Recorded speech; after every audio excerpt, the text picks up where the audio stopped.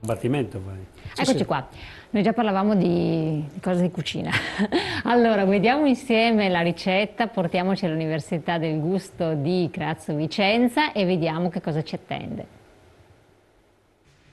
Buongiorno a tutti, sono Matteo Toniolo del Risto Service Le Midi di Vigonza e sono qui a presentare dei piatti del mezzogiorno, in particolare una costruzione di due panini un pochino diversi dal solito. Perché sono diversi dal solito? Perché il lavoro che ci sta alla base è un lavoro di ricerca approfondito su quelli che sono gli ingredienti primari di questi panini. Mi spiego subito, siamo andati alla ricerca di quelli che sono i prodotti del territorio che hanno delle unicità o delle specificità che vanno fuori da quello che è lo schema comune. In particolare preparò due panini, uno di tipo vegetariano, in particolare in questo caso vegano, perché c'è un po' una moda ma un po' c'è un desiderio di ritorno a quello che è il consumo del prodotto vegetale, e un altro panino invece che sarà un po' più tradizionale, nel senso che comunque utilizzeremo dei salumi, però i salumi che andiamo a utilizzare provengono dalle pecore. Quindi abbiamo scelto un fornitore che è fortissimo nella produzione dei salumi ovini, che si chiama, ce l'abbiamo qui davanti, il Allevamento Veneto Ovini di Anguillara, che produce dei salumi che sono veramente molto buoni. Avrò poi il piacere, spero avrete il piacere anche di assaggiarli.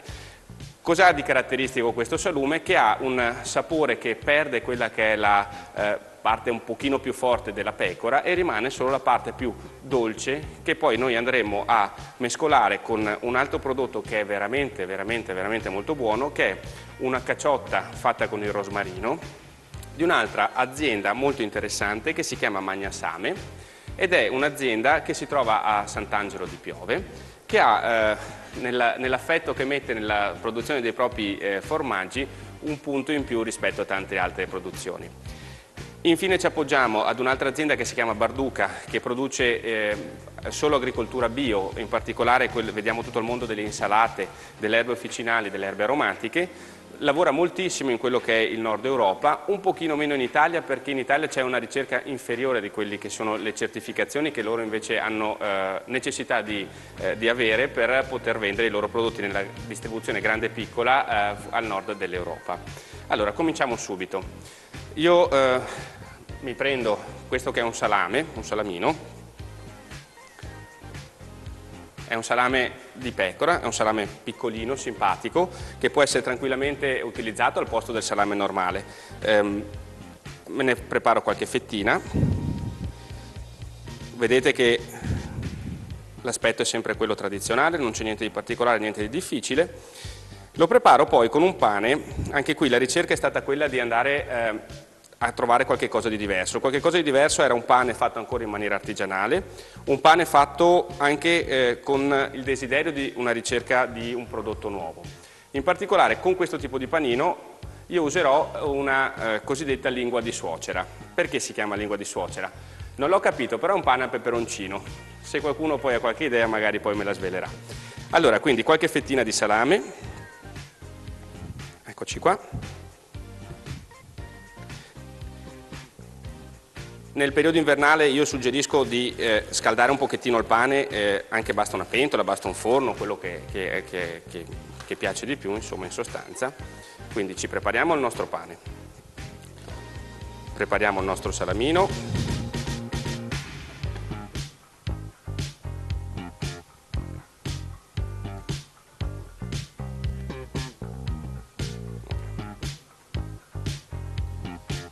E intanto vi faccio vedere la preparazione. Nel frattempo vado a prendermi quella che è una salsa che mi sono già preparato per ovvi motivi di tempo, che è semplicemente una salsa di spinacino, che è quello che vedete qui, in questo prodotto che è nella sua confezione è quella, a cui ho aggiunto semplicemente un po' di nocciole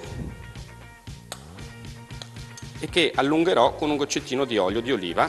Anche qui la ricerca del prodotto non poteva che andare verso i Colli Euganei, dove abbiamo dei produttori che sono veramente interessanti, e io sono andato a scegliermi in particolare questo olio di un produttore straordinario che si chiama Bisello Andriano, scusate, detto Tony, per cui quando andate a cercarlo sui Colli Euganei dovete chiedere di Tony e non di Adriano.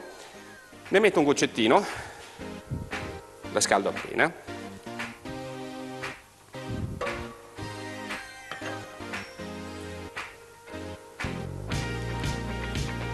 qua.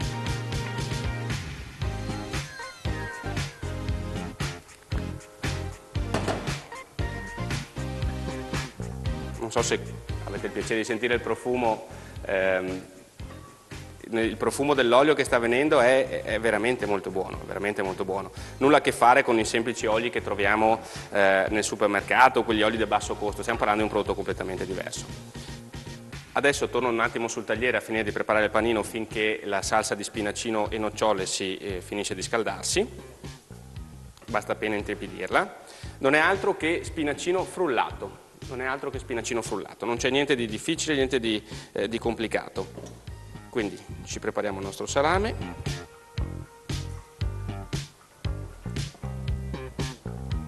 Eccoci qua. I profumi che stanno uscendo da questa pentolina sono straordinari.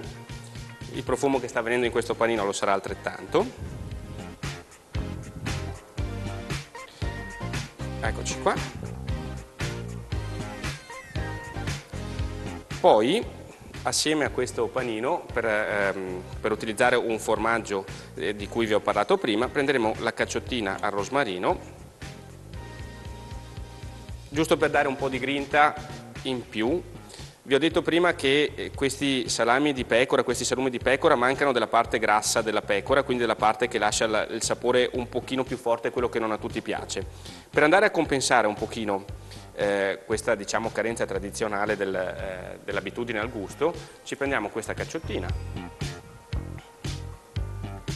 molto semplicemente ne tagliamo un paio di fettine, eccoci qua,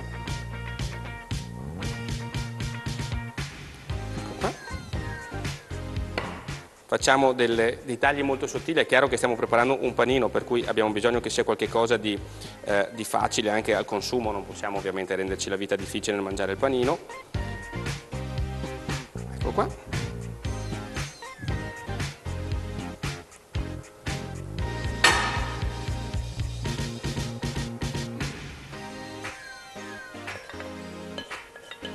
Ecco qua.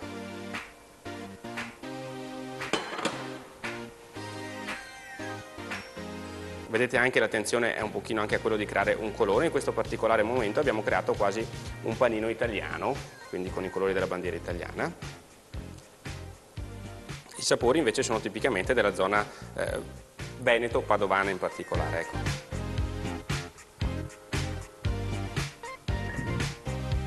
Non faccio altro che collocare il mio formaggio.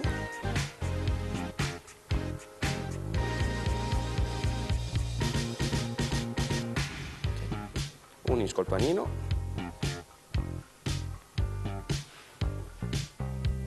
e, per dargli un colpettino di vita ancora,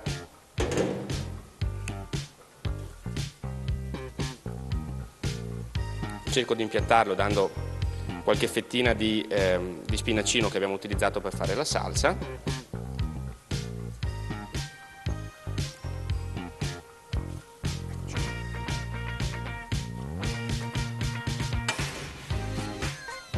Ed ecco il prodotto. E questo è il primo panino. Allora, per quanto riguarda il secondo panino, che come vi ho detto faremo vegetariano, anzi addirittura vegano, in questo caso se vogliamo non utilizzare il formaggio, a me siccome piace tanto suggerisco di provarlo. Allora, un pane che è un pane ottenuto dalla farina di grano tenero e dalla farina di riso, molto morbido. Delle sbrise che andiamo a preparare subito, che sono quelle che ci fanno perdere un pochino di tempo. Allora mi prendo la mia pentola. Basta, se avete il piacere a casa potete tranquillamente prepararla sulla griglia. Le sbrise stanno bene anche con le righe, sono belle anche da vedere. Non serve molto, però devono essere cotte, altrimenti qualche problemino ce lo danno. Ecco qua.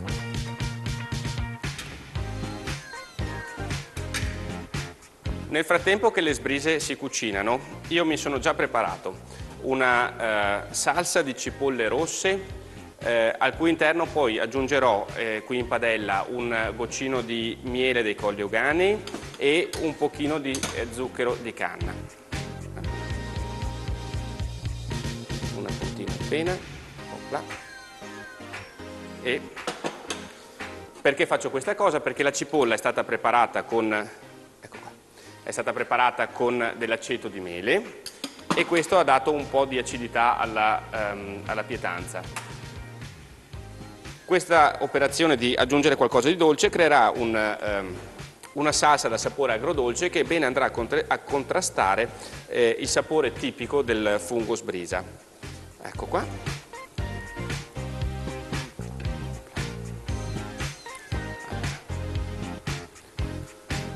Assieme alla salsa di cipolle ho preparato, e già messo nella padella, adesso ve la faccio vedere, una salsa di zucca, al cui interno poi ho aggiunto qualche pezzettino di zucca perché il nostro palato apprezza molto la croccantezza degli alimenti. Eccoli qua. L'ho già messa nella padella e tra un attimo la andiamo a scaldare e finire poi la cottura.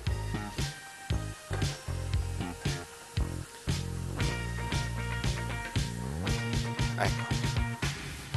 Ancora un minutino e ci siamo con le sbrise. Nel frattempo, dato che comunque stiamo parlando di alimenti invernali, dato che comunque è freddo, prendiamo il nostro pane, lo tagliamo e in ultima andremo a passarlo un momentino solo nella padella in maniera da dargli sempre la croccantezza che il nostro palato apprezza tantissimo.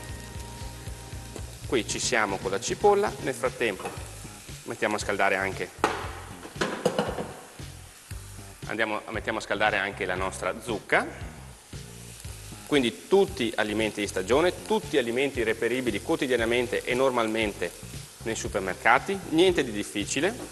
Il pasto del mezzogiorno dovrebbe essere così. Ci cominciamo a mettere giù la nostra salsa di cipolle.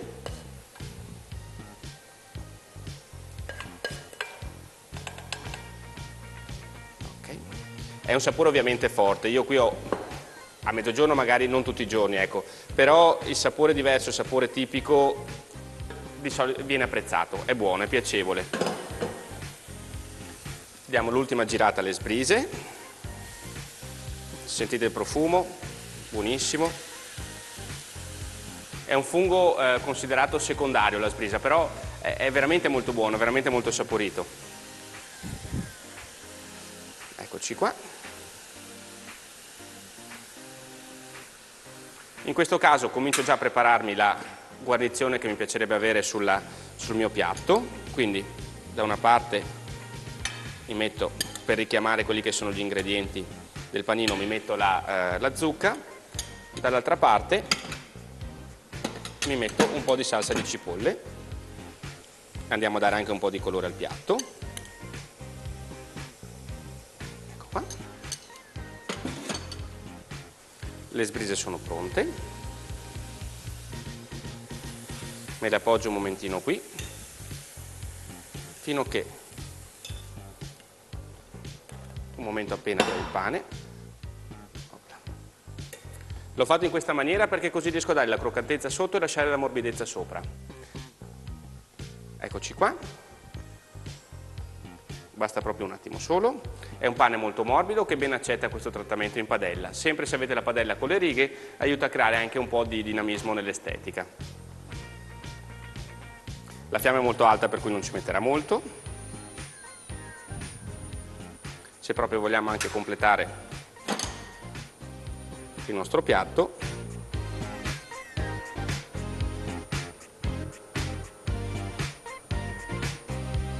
ecco qua. Il pane è pronto.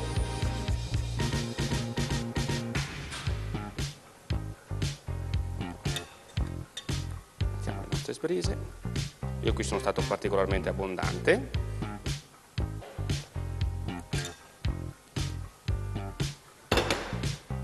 La salsa di zucca. La mettiamo in questo caso sul pane.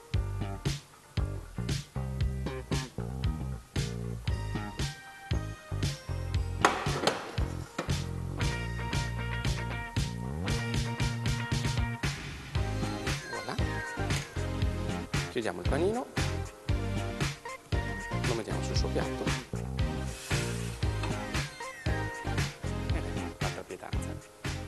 Allora, per abbinare ai nostri panini due vini, sono andato in giro per i Colli Euganei e ho scelto due prodotti che secondo me sono molto, molto interessanti. Di Montegrande ho scelto un Pinot Bianco comunque corposo da 13 gradi, che ben si abbina a quello che è la struttura forte del salame di pecora. Dall'altra parte, con i funghi, con la zucca e con la cipolla non poteva mancare un vino rosso. In questo caso, parlando comunque di un piatto del mezzogiorno, ho scelto un vino di 12 gradi e mezzo, non tantissimo per quello che è la struttura di questo vino, della Montecchia, si chiama Godimondo, e adesso andiamo ad assaggiarlo e spero che sia per tutti un po' una scoperta di come si possa comunque mangiare anche a mezzogiorno in maniera diversa, con degli ingredienti, però ecco, quello che è importante è che gli ingredienti vanno ricercati. Ci sono tante tipologie di salumi e sono tutte molto, molto buone, però quando andiamo a cercare queste finezze riusciamo a scoprire anche un mondo che magari non siamo abituati a conoscere. Per cui vi suggerisco di camminare, di muovervi, di andare a cercare le bellezze e le eccellenze che il nostro territorio comunque ci offre. Ecco qua, sentiamo anche un bellissimo rumore. Cin cin.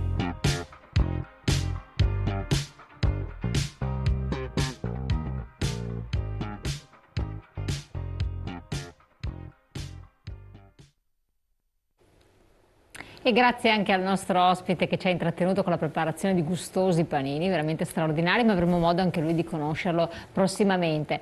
Prima di riprendere il discorso qui in studio, invece andiamo subito in pubblicità, pochi secondi, ma seguiteci, continuate a seguirci, non cimentatevi ai fornelli con la tentazione di preparare questi panini, c'è tempo.